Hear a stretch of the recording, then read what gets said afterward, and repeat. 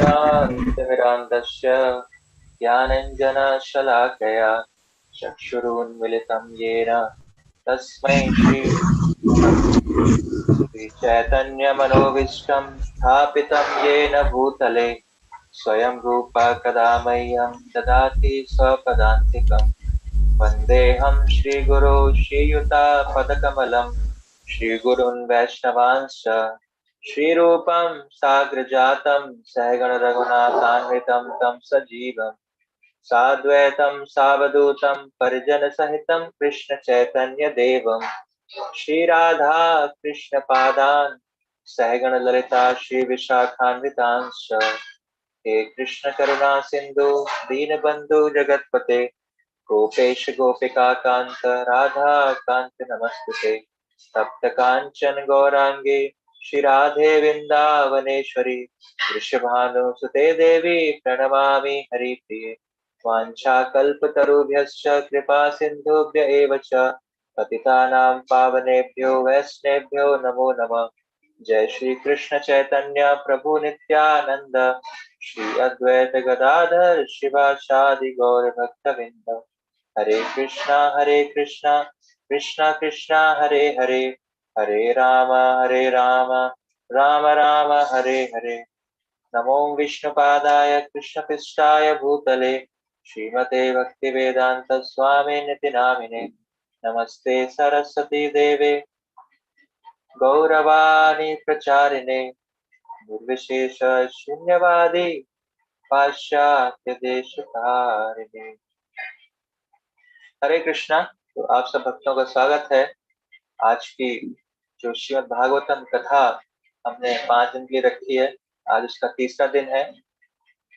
पहले दिन हमने चर्चा किया था गजेंद्र मोक्ष लीला और कल हमने चर्चा किया था समुद्र मंथन लीला और आज हम चर्चा करेंगे प्रहलाद महाराज। प्रहलाद महाराज का जो चरित्र है श्रीमद् भागवतम में बहुत महत्वपूर्ण है। जितने भी साधक भक्त हैं जो भक्ति करने का प्रयास कर रहे हैं उन सभी के लिए प्रहलाद महाराज का चरित्र सुनना बहुत ही आवश्यक है। चैतन्य महाप्रभु जो भगवान कृष्ण के अवतार हैं, साक्षात कृष्ण ही हैं जो भक्त के रूप में आते हैं, वो कहते हैं कि हमें बार बार ध्रुव और प्रहलाद का चरित्र सुनना चाहिए। और कहते हैं और जब वो इस धराधाम पर थे, लीलाएं कर रहे थे, तो उस समय वो हमेशा प्रतिदिन प्रहलाद महाराज और ध्रुव महाराज का क्या चरित्र सुनते थे, उनका गुणगान करते थे, क्योंकि उनसे हमें पता पड़ता है कि ऐसी परिस्थितियों में भी इतना छोटा सा बालक भी क्या है, इतना दृढ़ हो सकता है भक्ति के अंदर। इतना मैच्योर नहीं है 5 वर्ष की अवस्था में, लेकिन वो भी अगर इतनी भक्ति कर रहा है तो उससे हमें भक्ति करने में दृढ़ता मिलती है। तो इसीलिए जो प्रहलाद महाराज का जो चरित्र है बहुत महत्वपूर्ण है हम सबके लिए, तो उसको हमें बार बार सुनना चाहिए। तो आज हम उसकी चर्चा करेंगे, क्या प्रहलाद महाराज कौन है, कैसे उन्हें भक्ति करने का अवसर मिला, क्या क्या जीवन उनकी समस्याएं आई, तो वो सब हम चर्चा करने का प्रयास करें।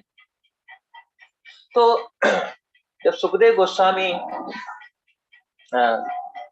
भागवत कथा सुना रहे परीक्षित महाराज को, तो उन्होंने जब ये वृत्तांत स्टार्ट किया कि ऐसे ऐसे एक असुर था और पुत्र था उसका, तो पुत्र को बहुत कष्ट देता था पुत्र को, और ऐसे कैसे नरसिंह भगवान प्रकट हुए उसको मार दिया। तो भगवान ने सुखदेव गोस्वामी ने इतना कह के क्या है कथा खत्म कर दिया। तो परीक्षित महाराज ने बोला कि रुको रुको भाई, थोड़ा ये अभी समझ में नहीं आया, रुको। कि उनको थोड़ा सा आश्चर्य हुआ कि कैसे कोई पिता जो है, कैसे कोई पिता अपने पुत्र से इतना वैर कैसे कर सकता है कि उसको मार दे। तो परीक्षित महाराज के अंदर ये इच्छा हुई है कि कैसे कोई अपने पुत्र का वध कर सकता है।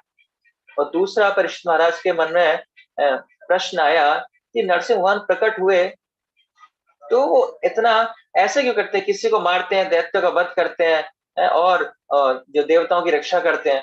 तो भगवान क्या है ऐसे पारदर्शी नहीं है, भगवान क्या है पक्षपात करते हैं। तो ये उनके मन में प्रश्न थे और इसीलिए वो परीक्षित महाराज से प्रश्न पूछते हैं और परीक्षित महाराज सुखदेव गोस्वामी से ये प्रश्न पूछते हैं। सो और यही वृत्तांत फिर वो कोट करते हैं कि यही प्रश्न क्या है युधिष्ठिर महाराज ने नारद मुनि से पूछा था, है ना। सो कैसे चर्चा चल रही है कि यहाँ पर सूत गोस्वामी जो है सौनक आदि ऋषि को कथा सुना रहे हैं, है ना, और वो कोट कर रहे हैं क्या है, परीक्षित महाराज और सुखदेव गोस्वामी को। और यहाँ पर सुखदेव गोस्वामी कोट कर रहे हैं किसको, कि ऐसा उन्होंने भी प्रश्न पूछा था युधिष्ठिर महाराज ने नारद मुनि। सो नारद मुनि इसका उत्तर देते हैं कि नहीं राज, पक्षपात नहीं करते। तो फिर वो कथा सुनाते हैं कि कैसे जो 4 कुमार हैं वो क्या है, भगवान के धाम वैकुंठ गए थे और बालक रूप में है। तो 7 द्वार है वैकुंठ धाम के, तो एक एक करके 6 द्वारों उन्होंने क्रॉस कर लिए, लेकिन 7वें द्वार पर जब पहुंचे तो वहां पर जय और विजय भगवान के जो रक्षक हैं द्वारपाल है वो खड़े थे। तो उन्होंने देखा कि ये तो बालक हैं, आप कैसे अंदर जा सकते हो। तो उनको जो वो तो परम ज्ञानी थे, है ना। सो उनको लगा कि ये कैसा, ये तो बैकुंठ हमने सुना था, बैकुंठ मतलब विदाउट कुंठा, कोई कुंठा नहीं है। लेकिन आपके अंदर तो ईर्ष्या है, आप मुझे भगवान के पास जाने से रोक रहे हो, आपका वैर है मेरे से, आप इसी वजह से रोक रहे हो, तो आपको यहाँ पर रहने का कोई अधिकार नहीं है। तो वो क्या करते हैं, उनको श्राप दे देते हैं, आप 3 जन्मों तक क्या है, आप मृत्युलोक में चले जाओ, क्योंकि आप यहाँ रहने लायक नहीं हो वैकुंठ में, आपका क्या है मृत्युलोक में जाओ। तो भगवान को पता पड़ता, भगवान भागे भागे आते हैं, ऐसे ब्राह्मण का अपमान हुआ है ना। सो वो कहते हैं चलो ठीक, वो स्वीकार करते हैं कि ठीक है, अगर आपने हमें ऐसा श्राप दिया है तो हम क्या करेंगे, हम इसको स्वीकार करें। और वही दोनों जय विजय आते हैं यहाँ पर, और पहले सतयुग में आते हैं वो हिरण्यकश्यप और हिरण्यक्ष बन के, और त्रेता युग में आते हैं रावण और कुंभकर्ण बन के, और द्वापर युग के अंत में आते हैं शिशुपाल और दंतवक्र, जिनमें से कृष्ण ने उनका वध किया, रावण का राम ने वध किया था। तो ऐसे 3 बार जन्म लेना पड़ता है उनको। और भगवान के क्या वैरी शत्रु के रूप में प्रकट होते हैं। एक्चुअली भगवान की भी लीला है, भगवान चाहते हैं कि मैं किसी युद्ध करूं, भगवान के अंदर भी एक गुण है कि उनके अंदर शौर्य है, वीरता है, पराक्रम है, तो उनको भी इच्छा होती है कि मैं भी किसी से युद्ध करूं। अब किससे युद्ध करेंगे, अब असुरों से युद्ध करेंगे तो क्या एक चांटा मारेंगे वो मर जाएगा, है ना। तो उनको युद्ध करने के लिए क्या है, भक्त चाहिए, क्योंकि भक्त शक्तिशाली है, कि थोड़ा सा मजा आए एक्चुअली, जब तक फाइटिंग थोड़ा बराबर वाले हो तो मजा आता है। अब छोटा सा है, छोटे बच्चे को मार दिया आपने तो क्या उसको पराक्रम थोड़ी है। ऐसे हम देखते हैं कि जब भगवान कृष्ण अवतार में आते हैं तो जामवंत जी से युद्ध करते हैं सामंतक मणि के लिए, कृष्ण लीला में आता है, और 28 दिनों तक वो जामवंत से युद्ध करते हैं। और जामवंत 28 दिनों के बाद उनको रियलाइज होता है कि आप साधारण मनुष्य नहीं हो, आप साक्षात परम पुरुषोत्तम भगवान हो। तो उन्हें भगवान के चरणों में आशीर्वाद कर, तो रैलिस कर रहे थे कि युद्ध करने के लिए 28 दिनों तक युद्ध चला भगवान से। सोचो, तो भगवान को युद्ध भी करना है तो क्या है, भक्त ही चाहिए, भक्तों के साथ ही वो युद्ध कर सकते हैं। तो इस तरह वो उनको 3 जन्म लेने पड़े। और आगे दूसरे अध्याय में श्रीमद् भागवतम के 7वें स्कंद के दूसरे अध्याय में वर्णन आता है कि जो हिरण्याक्ष, उनका बड़ा भाई था हिरण्याक्ष, जिसने क्या धरती को चुरा लिया था, धरती को चुरा के गर्भ सागर में डाल दिया था, गर्भोदक सागर में डाल दिया था। और जब ब्रह्मा जी सृष्टि करने उन्होंने देखा कि धरती नहीं है, कहां से सृष्टि करूं मैं, कहां से जीव उत्पत्ति करूं। उन्होंने भगवान से प्रार्थना की, भगवान फिर प्रकट हुए उनकी नासिका से क्या वराह रूप में, एक सूकर रूप में प्रकट हुए, और उसको गर्भ सागर से धरती पर निकाला, हिरण्याक्ष का वध किया। तो जब उसका वध हो गया तो उसका जो दूसरा भाई है हिरण्यकश्यप बहुत दुखी हुआ, है ना। और जो सारा कार्यकलाप थे, जो अंतिम संस्कार था उनको किया, और जो उनकी पत्नी थी हिरण्याक्ष, उनको संदेश दिया कि आप तो आत्मा है, तो कोई अजर अमर है, कोई मरता नहीं है, तो ऐसे उपदेश देने लगे। लेकिन हिरण्यकश्यप को बहुत दुख हुआ था, वो उनकी मौत का बदला लेना चाहते थे, तो उनको पता था कि विष्णु ने उनका वध किया है।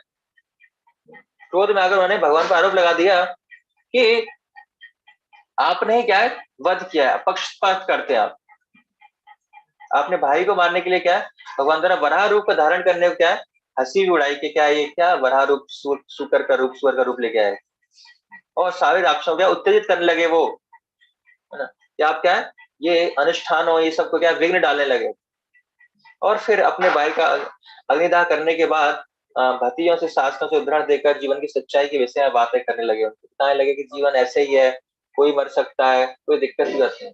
और फिर उनको थोड़ा सा अपने बदला लेना था कि मुझे विष्णु को मारना है, मुझे भगवान को मारना है जिसने मेरे भाई को मारा है, उसको मुझे अंत करना है। तो उसके लिए मैं क्या है, उसके लिए मैं तपस्या करूंगा, उसके लिए मैं क्या करूंगा, उसके लिए मैं तपस्या करूंगा। तो उन्होंने अपने आप को अमर बनने की योजना बनाई, है ना? और बहुत कठोर तपस्या की। वो क्या अमर होना चाहते थे कि मैं किसी से भी ना मरूं, विष्णु आए तो मैं उनको मार दूं, मैं भी ना मर पाऊं, कोई मुझे जीत ना पाए, कोई मेरे अंदर बुढ़ापा बीमारी जरा व्याधि कुछ ना आए, और ना ही जो किसी प्रतिद्वंदी से क्या है मैं सताया जाऊं, कोई मुझे सताया ना पाए, मैं सबको सताऊं। तो इस तरह वो पूरे ब्रह्मांड के क्या है, शासक बनना चाहते थे। और इसी इच्छा से वो मंदार पर्वत की चोटी पर गए और वहां बहुत उग्र तपस्या ध्यान करने लगे। ब्रह्मा जी की तपस्या उन्होंने स्टार्ट कर दी। और जो देवी देवता हैं, क्योंकि देवी देवता हिरण्यकशिपु था, सारे देवता वहीं पर भी घर पर काम करते थे, और उनको अनुपस्थित देखकर देवी देवता अपने घर में वापस आ गए, सारे देवतागण। और जब हिरण्यकशिपु इस तपस्या में संलग्न था, तो उसके सिर से एक प्रकार की अग्नि प्रज्वलित हो उठी, भीषण तपस्या कर रहा है, अंगूठे के खड़े होकर खाली, है ना। और ऐसी तपस्या हो गई कि पूरा शरीर दिखाई नहीं दे रहा, चीटी चीटी चीटियों ने घर बना लिया, लकड़ी में पूरा मिट्टी का शरीर हो गया, शरीर दिखाई नहीं दे रहा खाली।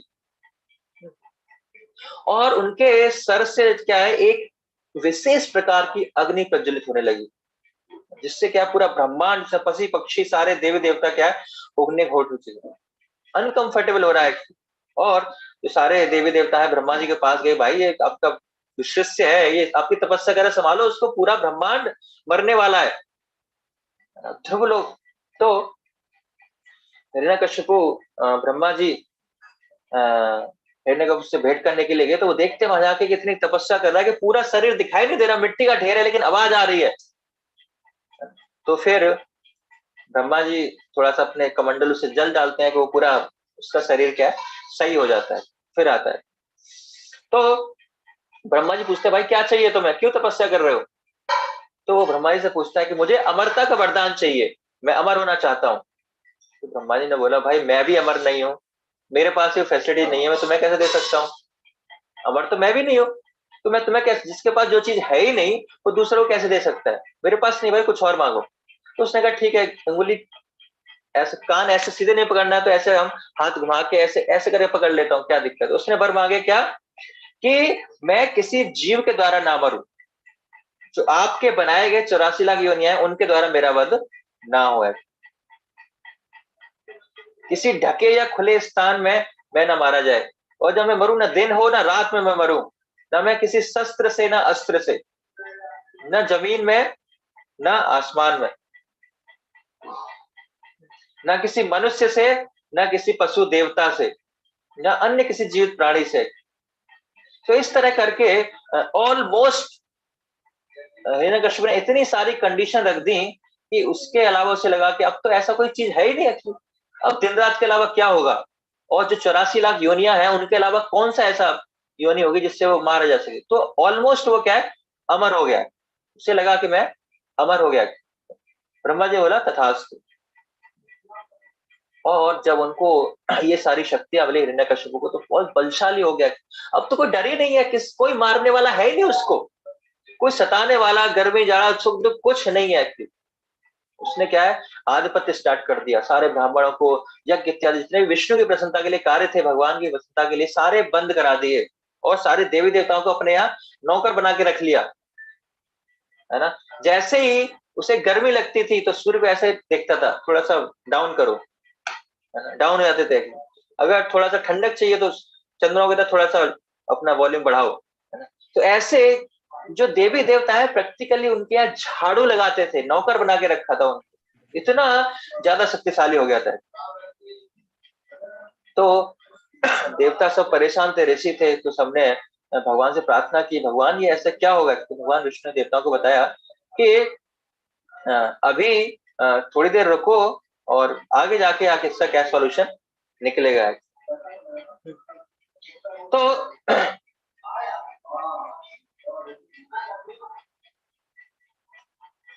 जब हिरण्यकश्यपु अ, तपस्या कर रहा था, तो उस समय प्रहलाद महाराज प्रकट होने वाले थे। सो उनकी जो वाइफ थी, उनको देवी देवताओं ने क्या कैद कर लिया, किडनैप कर लिया, और उनको बच्चों के मारने का प्रयास कर रहे थे। तो नारद मुनि वहां पर आ गए, तो आप क्या कर रहे हो? मैंने बोला कि हिरण्यकश्यपु इतना आतंकवादी है, तो इसका बेटा तो और ज्यादा आतंकवादी निकलेगा, इससे अच्छा है कि इसको गर्भ के अंदर ही हत्या कर दी जाए। तो नारद मुनि ने बोला कि नहीं, उनका जो पुत्र है प्रहलाद, वो बहुत ही भगवान का बहुत बड़ा भक्त है, उसको नहीं मारना चाहिए। तो जो देवी देवता है क्या, उन्होंने उनकी आज्ञा को माना।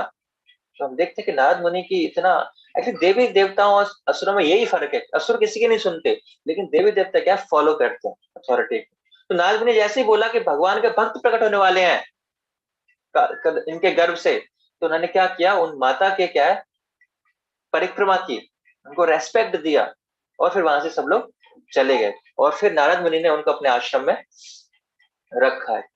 और जब हिरण्यकश्यप वापस आया तो उनके पुत्र उनके पास थे, और उनके अंदर, प्रहलाद महाराज के अंदर शुरुआत से क्या है भक्तों के गुण थे।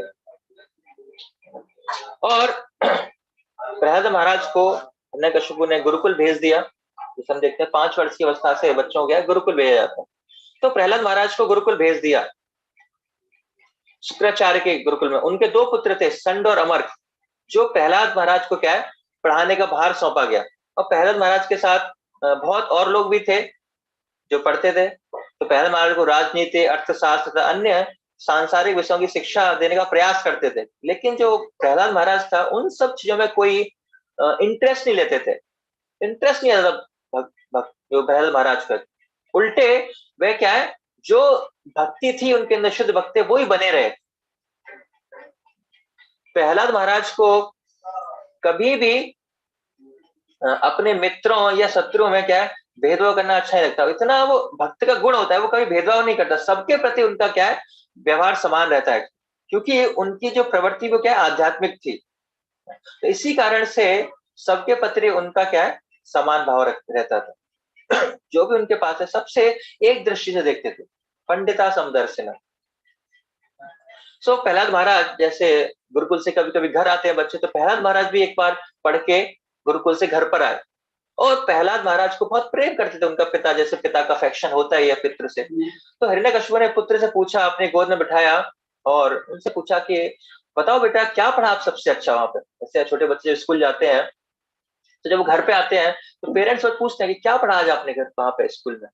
ऐसे ही हिरण्यकश्यप ने भी पूछा अपने बच्चे से, प्रहलाद महाराज से, कि कौन सी सर्वश्रेष्ठ बात सीखी है जो तुमको याद है ना। कुछ एक पॉइंट होता है ना जो आपको याद रहता है, तो उनसे पूछे। तो प्रहलाद महाराज कहते हैं कि जो मनुष्य है क्या है द्वंद्व में फंसा रहता है और सोचता है कि यह मेरा है, यह मेरे शत्रु का है। उसे चाहिए कि अपना गृहस्थ जीवन त्याग कर भगवान की पूजा करने के लिए जंगल चला जाए।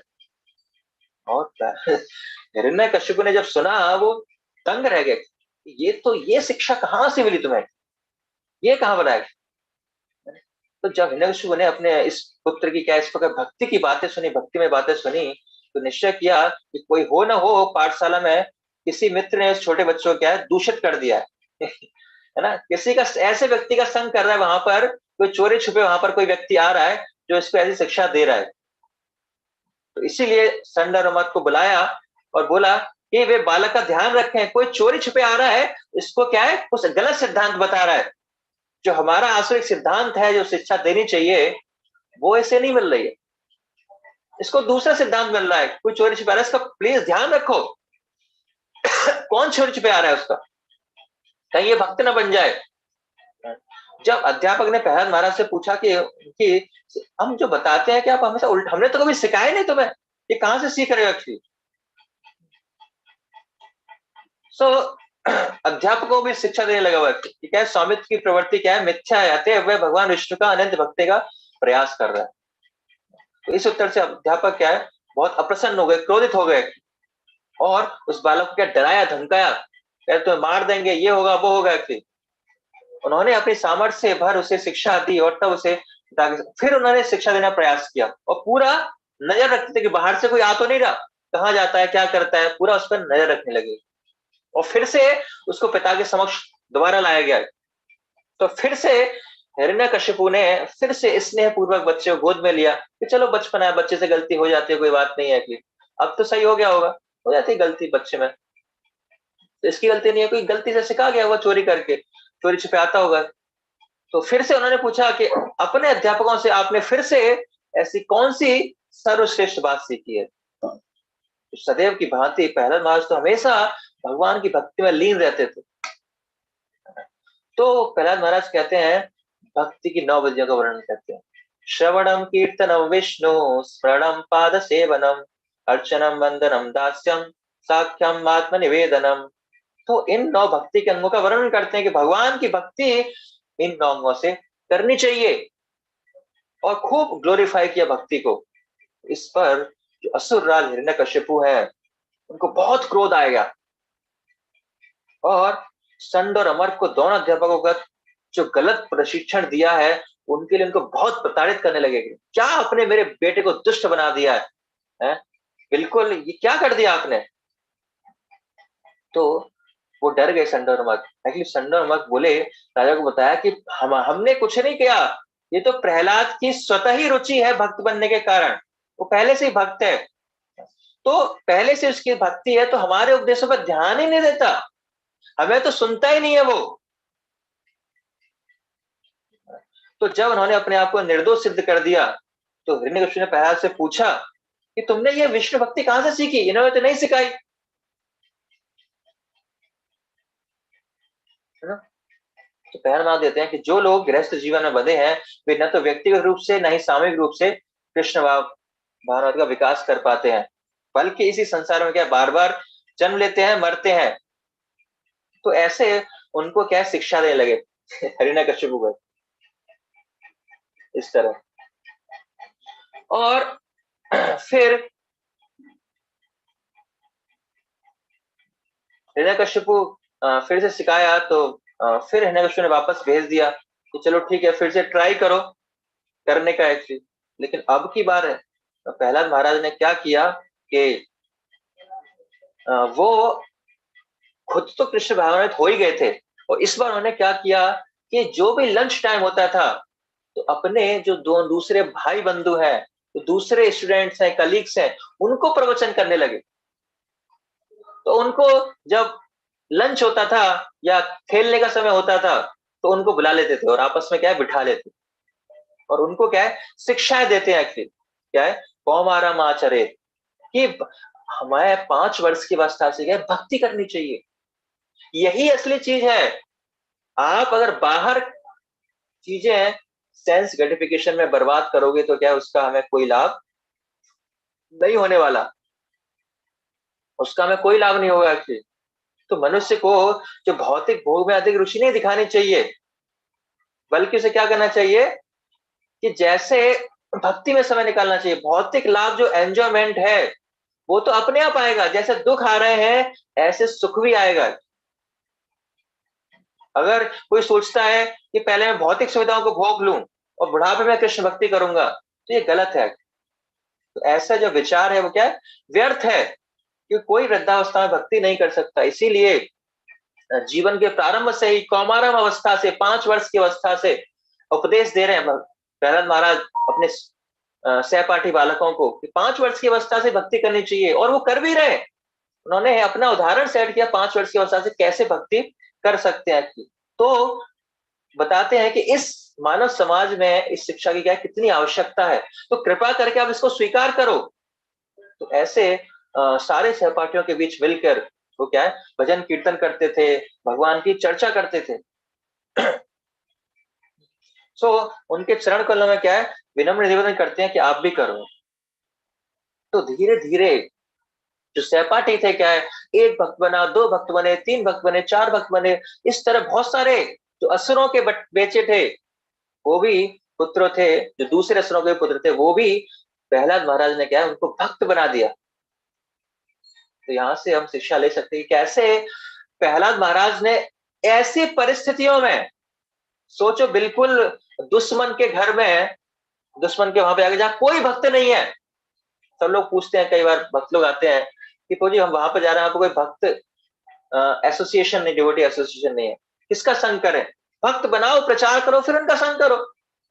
जैसे प्रहलाद महाराज ने किया, भक्तों को बनाया, पहले असुर थे सारे, लेकिन उनको शिक्षाएं थी, उनको भक्त बनाया, फिर उनका संग किया, तो काफी सारे भक्त हो गए। तो इस तरह प्रहलाद महाराज के अपने सहपाठियों को भक्त बना देते हैं, और बाद में जब शिक्षा प्राप्त कर लेते हैं उनके सहपाठी, तो बाद में सुन लेने के बाद, सारी शिक्षा सुनने के बाद उनसे पूछते हैं कि भाई एक बात बताओ कि तुम इतने विद्वान उन्नत कैसे हो गए, कैसे हो गए? आप तो कहीं जाते नहीं, जब जहां से हम भी यहाँ पर पड़े हुए हैं, आप भी हमारे साथ यहीं पर हो, तो हमें तो कुछ पता नहीं है, तो आपके अंदर इतना विद्वान, इतना ज्ञान कहाँ से आ गया? तो उनको थोड़ा आश्चर्य हुआ कि ये ज्ञान कहाँ से आ गया इतनी छोटी सी उम्र में, हमें तो पता नहीं है, तुमने कहाँ से सीखा, तुम भी बचपन से वहीं रह रहे हो।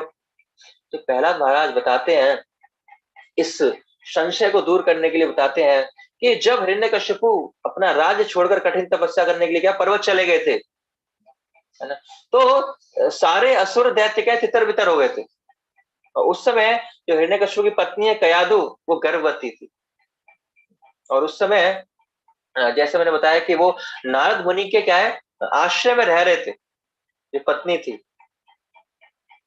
और स्वर्ग लोक में नारद मुनि के आश्रय में रहकर कयादु अपने बालक के गर्भ की रक्षा कर रहे थे कि आप मुझसे बचा सकते हो, अगर मैं बाहर अकेले रहूंगी तो क्या है कोई इसे मार देगा।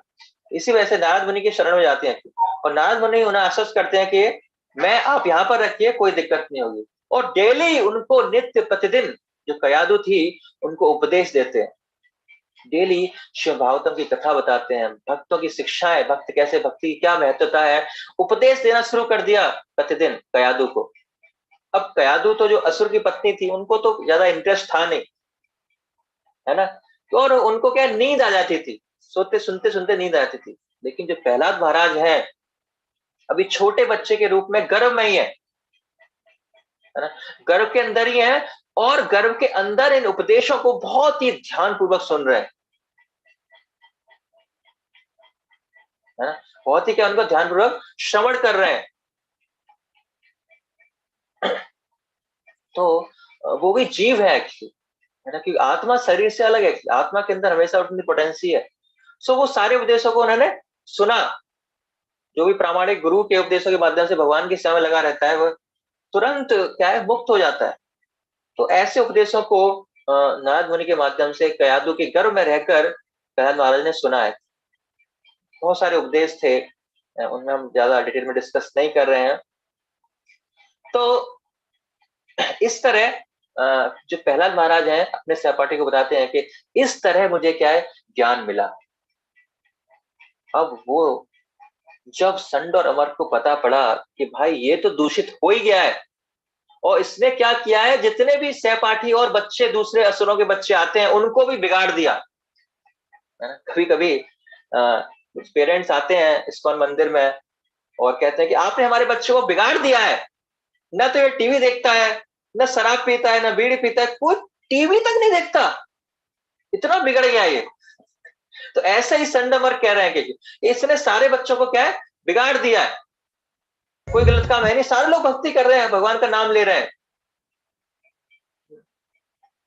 और सभी जो सहपाठियों क्या विष्णु के प्रति क्या अनुरक्त कर दिया है ना। और जब ये बात संडमर को पता पड़ी, और संडमर ने क्या ये बात किसको बताई, हिरण्यकश्यप बताई कि तुरंत उनको बतानी चाहिए, तो बाद में हमारी पिटाई होने वाली है।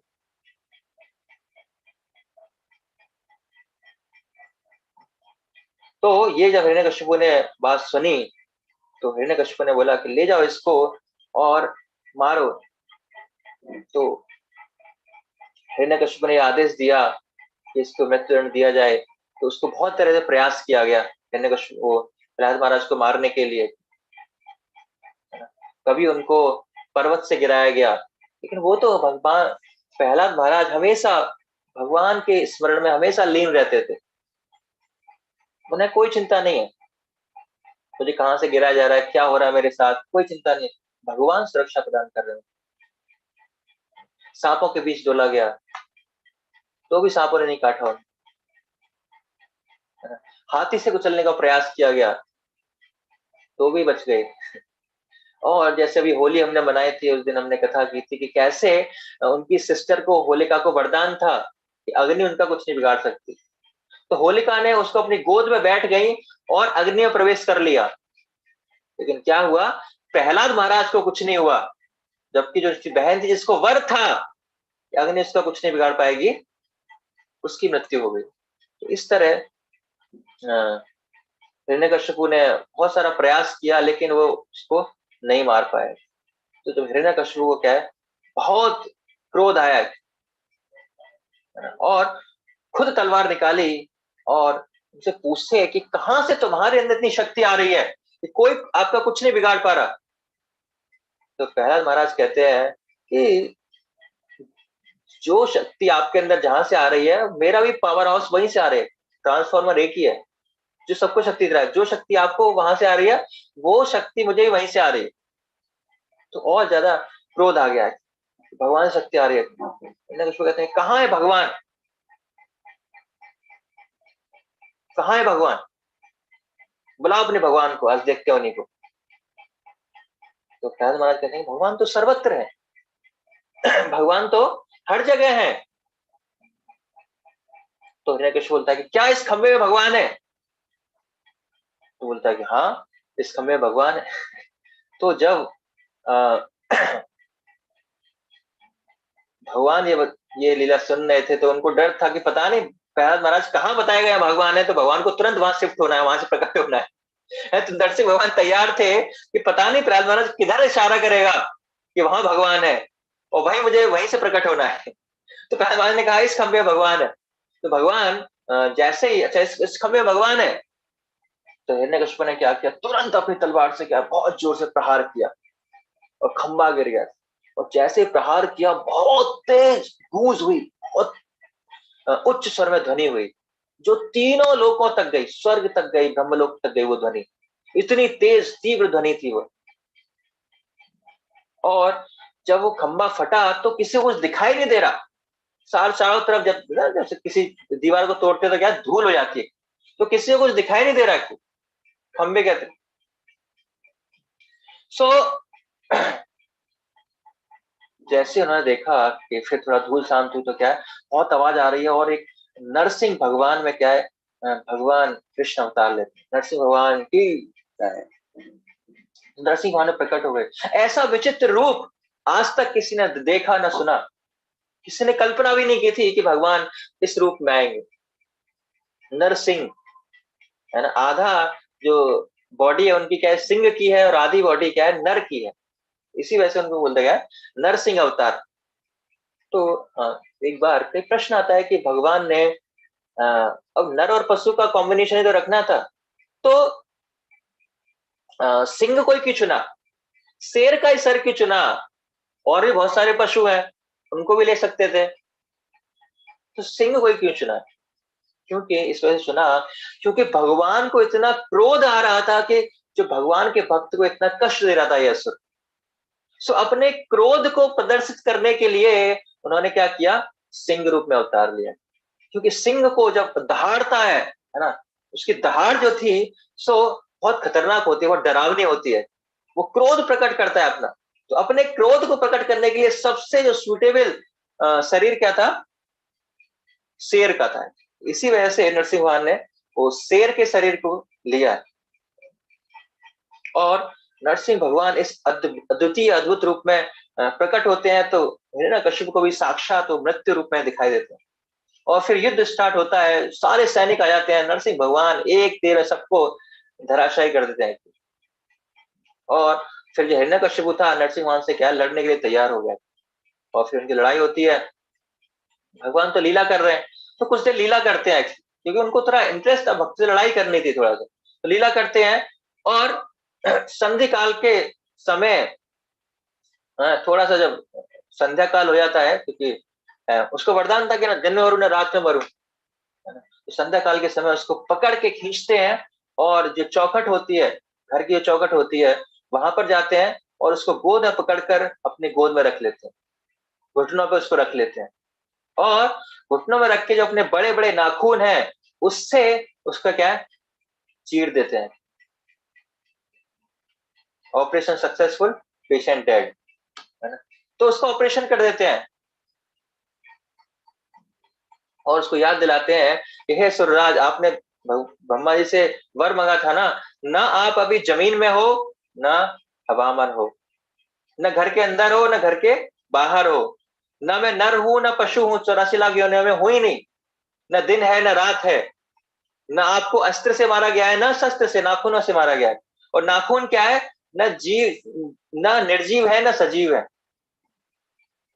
क्योंकि निर्जीव क्यों नहीं है, क्योंकि जब इनको काटते तो पेन नहीं होता हमें, तो ये निर्जीव है। और सजीव क्यों है, क्योंकि ये बढ़ते हैं, इंक्रीज होते हैं, जैसे हमारे बाल और ये नाखून क्या है, ये न सजीव की कैटेगरी में न निर्जीव की कैटेगरी में, तो ना किसी जीव से ना निर्जीव से। इस तरह उनका सारी ब्रह्मा जी की जो कंडीशंस थी उनको फॉलो करते हुए उन्होंने असुर राज हिरण्यकश्यप का क्या है, वध कर दिया। कई बार प्रश्न आता है कि भगवान प्रकट होते हैं असुरों का वध करने के लिए क्या? नरसिंह भगवान हिरण्यकश्यप को मारने के लिए नहीं आए थे। हिरण्यकश्यप भगवान प्रहलाद महाराज को आनंद प्रदान करने के लिए आए थे, उनको आनंद देने के लिए आए थे, उनका संग करने के लिए आए थे, है ना? उनको प्रसन्न करने के लिए आए थे, उनको एसोसिएशन देने के लिए आए थे, भक्त से मिलने के लिए आए थे। और जब भक्तों की प्रसन्नता के लिए आ रहे हैं, भक्तों को आनंद देने के लिए आ रहे हैं, तो कुछ सोचते साथ साथ में ये काम भी कर लेता हूँ, मार देता हूँ उसको, क्या दिक्कत। अदरवाइज भगवान को असुरों को मारने के लिए प्रकट होने की आवश्यकता नहीं है। वो तो खाली इच्छा मात्र से, इच्छा करेंगे वो असुर मर जाएगा। भगवान के लिए कौन सी बड़ी बात है, वो तो खाली इच्छा करेंगे और इच्छा मात्र से वो असुर क्या है, मर जाएगा। तो भगवान को आवश्यकता नहीं है। तो भगवान आते हैं, मेन कारण क्या है, भगवान भक्तों को आनंद प्रदान करने के लिए। और जब हिरण्यकश्यप का वध कर दिया तो जो पूरा ब्रह्मांड था जो हिरण्यकश्यप के साधन से मुक्त हो गया, सभी लोग भगवान के गुणगान करने लगे, पुष्प पुष्प वर्षा होने लगी। विद्याधर नाग, मधु प्रजापति, गंधर्व, चारण, यक्ष, वैताले, किन्नर, अनेक प्रकार के मनुष्य जीवित सम्मिलित थे, वे सब भगवान की क्या है, पूजा अर्चना कर रहे थे। तो जब हिरण्यकश्यप का वध कर दिया तो भगवान को इतना क्रोध आ रहा है और क्रोध शांत ही नहीं हो रहा। उनकी जो आ, अंदर से जो वो निकाला और गले में पहन लिया भगवान ने, पूरा चीड़ फाड़ कर दी। और क्रोध है, शांति नहीं हो रहा, पूरा क्रोध कर रहे हैं एक्चुअली। और जब भगवान को इतना, वो मर चुका है लेकिन फिर भी क्रोध आ रहा है भगवान को, और जब इतना क्रोध आ रहा है तो किसी में हिम्मत नहीं है कि भगवान के सामने जाए और भगवान से बोले, है ना? कौन शांत कराए भगवान के क्रोध को, किसी के भगवान को क्रोध आ रहा है तो कौन जीव कैसे शांत करा सकता है ना? ब्रह्मा जी समेत सारे देवी देवता परेशान है, किसी की हिम्मत नहीं हो रही है जाने की। ब्रह्मा जी से बोला नहीं मैं नहीं आ सकता भाई, सारे देवी देवता सब, कुछ सबने मना कर दिया भाई मैं नहीं शांत करा सकता। लक्ष्मी जी आए, लक्ष्मी जी को बोला गया कि आप तो उनकी भार्या हो नरसिंह भगवान की, आप तो पत्नी हो, तो आप तो भगवान को शांत करा सकते हो ना, आपका संबंध सबसे क्लोज है भगवान से। लक्ष्मी जी बोले कि मेरा साहस नहीं हो रहा, मैंने भगवान का ये रूप आज तक नहीं देखा, मैं इतना जीवन संगी नहीं हूं लेकिन मैंने पहली बार भगवान का ये रूप देखा, इतना क्रोध। भाई बार बार डालेंगे वो, मैं नहीं जा रहे उनके पास। सो उनकी जो भार्या है लक्ष्मी जी ने भी उनके पास जाने से मना कर दिया है। फिर ब्रह्मा जी प्रहलाद महाराज के पास आए। इस लीला से हमें पता पड़ता है कि क्या भगवान का संबंध था प्रहलाद महाराज से, कि भगवान को शांत करने के लिए कोई नहीं जा रहा, ब्रह्मा जी, इंद्र देवता कोई नहीं जा रहा, शिव जी भी नहीं जा रहे, साक्षात लक्ष्मी भी नहीं जा रही भगवान को शांत करने के लिए, इतना साहस नहीं कोई जुटा पा रहा। लेकिन ब्रह्मा जी ने प्रहलाद महाराज को बोला कि भाई भगवान आपके लिए प्रकट हुए हैं, आप ही टेंशन लो, आप जाओ तब शांत होंगे। तो प्रहलाद महाराज एक शिशु के रूप में 5 वर्ष के आए हुए खाली उनकी, और उनके समक्ष जाते हैं एक हार लेके, हार लेके जाते हैं, आपने फोटो में देखा होगा, प्रहलाद महाराज के हाथ में हार लगाए वो नरसिंह भगवान के पास जा रहे हैं, और नरसिंह भगवान को हार बनाते हैं। उनको देख के नरसिंह भगवान प्रहलाद महाराज को देखते हैं, तुरंत उनका क्रोध क्या है, शांत हो जाता है ना। और वात्सल्य भाव, वात्सल्य प्रेम प्रकट हो जाता है भगवान के अंदर, है ना। और क्योंकि पशु जो है उनके अंदर वात्सल्य कैसा होता है, वो जब वात्सल्य प्रेम कैसे प्रकट करते हैं, अपने जो बच्चे हैं उनको क्या है, जीभ से चाटते हैं। जैसे गाय भी हमने देखा कि चाटती है, ऐसे शेर भी क्या है, वो प्रहलाद महाराज को क्या है, जीभ से चाटने लगे ऐसे। तो अपना वात्सल्य प्रेम क्या है, प्रकट कर रहे हैं। और उन्हें महसूस हो रहा है कि मैं, आपको उस दुष्ट राक्षस ने क्या कितना सताया है, मुझे बहुत अफसोस है, इतना दुखों में भी क्या है, आपको इतने दुखों में रहना पड़ा है।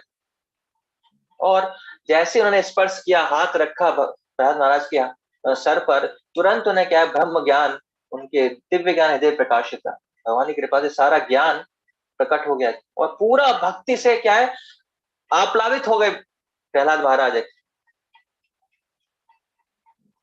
और फिर प्रहलाद महाराज बहुत सुंदर सुंदर भगवान से प्रार्थना अर्पित करते हैं, इसमें भागवतम में बताए गए हैं 9वें अध्याय में। बहुत सुंदर सुंदर प्रार्थना करते हैं और कहते हैं, एक प्रार्थना डिस्कस करेंगे कि मुझे इसका गर्व नहीं है कि भगवान से प्रार्थना कर रहा हूँ, मेरे अंदर पुत्र में ईगो नहीं है, गर्व के बारे नहीं है, मैं तो भगवान की कृपा शरण ले रहा हूँ, क्योंकि बिना भक्ति के कोई विनय प्रसन्न नहीं कर सकता। और प्रार्थना क्या है, भक्ति का अंग है। भगवान से प्रार्थना करके ये भक्ति का अंग है। तो मैं भक्ति कर रहा हूँ भगवान की प्रसन्नता के लिए, मेरे अंदर कोई गर्व नहीं है। तो कोई भी उच्च कुल में जन्म लेकर या महान ऐश्वर्य से विद्या प्राप्त करके, तपस्या करके, योग शक्ति से उन्हें प्रसन्न नहीं कर सकता। केवल भक्ति मार्ग से ही, भक्ति करके ही भगवान को क्या प्रसन्न किया जा सकता है। तो यहाँ पर नरसिंह भगवान केवल प्रहलाद महाराज के लिए लाभ के लिए प्रकट नहीं हुए थे, वो तो जगत के लिए प्रकट हुए हैं, जगत के उद्धार के लिए, जगत को निर्देश देने के लिए। प्रहलाद महाराज बोलते चलो तुम्हें क्या चाहिए, मैं मुझसे मांगो एक्चुअली। तो प्रहलाद महाराज के नहीं, मुझे कुछ नहीं चाहिए, मुझे तो केवल और केवल आपके चरणों की शरण ग्रहण करनी चाहिए, और कुछ मुझे नहीं चाहिए। तो इस तरह बहुत सारी सुंदर सुंदर प्रार्थनाएं, बहुत बड़ा अध्याय है इसमें। प्रहलाद महाराज लास्ट में उनकी याचना करते, उनकी प्रार्थना की, और भगवान उनकी प्रार्थना से प्रसन्न हो गए। इतनी सुंदर सुंदर प्रार्थनाएं। अब प्रहलाद महाराज छोटे थे, उनके इतने श्लोक जो, लेकिन जैसे ही भगवान ने हाथ रखा तो तुरंत दिव्य ज्ञान हृदय उनके प्रकाशित हो गया, और तुरंत क्या है, बहुत सारी श्लोकों के माध्यम से प्रार्थनाएं अर्पित करने लगे। सो बहुत प्रसन्न थे। तो भगवान क्या, प्रहलाद महाराज को कुछ वर देना चाहते थे, है ना, कि जिससे उन्हें क्या सारी भौतिक सुविधाएं प्राप्त हो। किंतु प्रहलाद महाराज ने मना कर दिया कि ऐसी भौतिक सुविधाओं से मैं देह भ्रमित नहीं होने वाला, मुझे नहीं चाहिए। मैं तो क्या चाहता हूं, मैं आपका दासानुदास हमेशा बना रहा हूं, मुझे और कुछ नहीं चाहिए, मुझे कोई भौतिक सुख नहीं चाहिए। भौतिक सुख क्या है, ये भक्ति से दूर करने वाले हैं, इसीलिए मुझे क्या है, मुझे तो केवल दासानुदास बने रहना है। ये प्रहलाद महाराज का चरित्र है। ये सोचो, जिस प्रहलाद महाराज के लिए साक्षात भगवान प्रकट हो रहे हैं, है ना, और क्या भक्ति की तीव्रता है। इसके अगले अध्याय में प्रहलाद महाराज का गुणगान करते हैं नारद मुनि। हमने देखा है कि मैक्सिमम टाइम क्या होता है कि एक शिष्य है गुरु का गुणगान करता है तो बात समझ में आती है ना, कि शिष्य हमेशा गुरु का गुणगान करता है, अपने गुरु का। लेकिन यहाँ पर साक्षात नारद मुनि प्रहलाद महाराज के गुरु हैं, तो गुरु शिष्य का गुणगान कर रहा है और उनके जो चरित्र है उनका वर्णन कर रहे हैं। क्या क्या चरित्र है प्रहलाद महाराज का, कि ऐसा सुंदर चरित्र, इतना भक्ति भाव, कि ऐसी परिस्थितियों में भी भगवान की भक्ति करने से नहीं चूके, हमेशा भगवान का स्मरण। हम तो सोचते हैं कि नहीं, मेरे जीवन में मुझे ना ये दिक्कत चल रही है, मैं आज से माला नहीं कर पाया, ये दिक्कत चले, मैं ना माला नहीं कर पाया। क्या हमारे जीवन में ऐसी दिक्कतें हैं प्रहलाद महाराज जैसी, कि किसी को आपको पर्वत के ऊपर से फेंका जा रहा है क्या? ऐसी समस्या नहीं है हमारे जीवन में। तो प्रहलाद महाराज से हमें सीखना चाहिए कि कैसे भक्ति में दृढ़ रहना है, कैसे हर परिस्थिति में भगवान का स्मरण करना है उनको। इसीलिए इतना भक्ति में तीव्रता, इतना सुंदर भक्ति के लिए क्या है, नारद मुनि स्वयं अपने शिष्य का वर्णन कर रहे हैं। तो यहाँ से हम शिक्षा लेते हैं प्रहलाद महाराज के चरित्र से, कि इतना सुंदर चरित्र है, इतनी अल्प अवस्था में, 5 वर्ष की अवस्था में इतनी शुद्ध भक्ति का प्रचार किया और अपने लिए, अपने जीवन में भी अप्लाई किया। तो हम भी प्रयास कर सकते हैं, प्रहलाद महाराज से प्रार्थना कर सकते हैं, नरसिंह महाराज से प्रार्थना कर सकते हैं कि हमें भी जैसे प्रहलाद महाराज के कष्टों से उबारा, नरसिंह भगवान ने, तो हमारे जीवन में बहुत कष्ट आ रहे हैं, कोरोना नाम का एक बहुत बड़ा कष्ट है, तो हम भी नरसिंह भगवान से प्रार्थना कर सकते हैं कि हमें भी जैसे प्रहलाद महाराज जो कष्टों से उबारा, हमें भी इन कष्टों से उबारे, है ना, नरसिंह भगवान से प्रार्थना करके, और भक्ति भी कंटिन्यू कर पाए। ऐसा नहीं खाली प्रार्थना करके गाय, भक्ति नहीं करनी है। प्रार्थना तभी हमारी पूरी होंगी जब हृदय से प्रार्थना करेंगे, भगवान की भक्ति करेंगे, भगवान की सेवा करेंगे, तो हमारी प्रार्थना स्वीकार करेंगे भगवान। ये नहीं कि अब काम पड़ा तो प्रार्थना कर ली, काम खत्म, भगवान खत्म, रिलेशन खत्म, नहीं, ऐसी प्रार्थना भगवान स्वीकार नहीं करेंगे। तो प्रहलाद महाराज की तरह हमेशा भगवान का स्मरण करना है, भगवान स्वतः ही हमारी रक्षा करें। हरे कृष्ण। तो आप सब लोगों को बहुत बहुत धन्यवाद, आपने इतना समय दिया।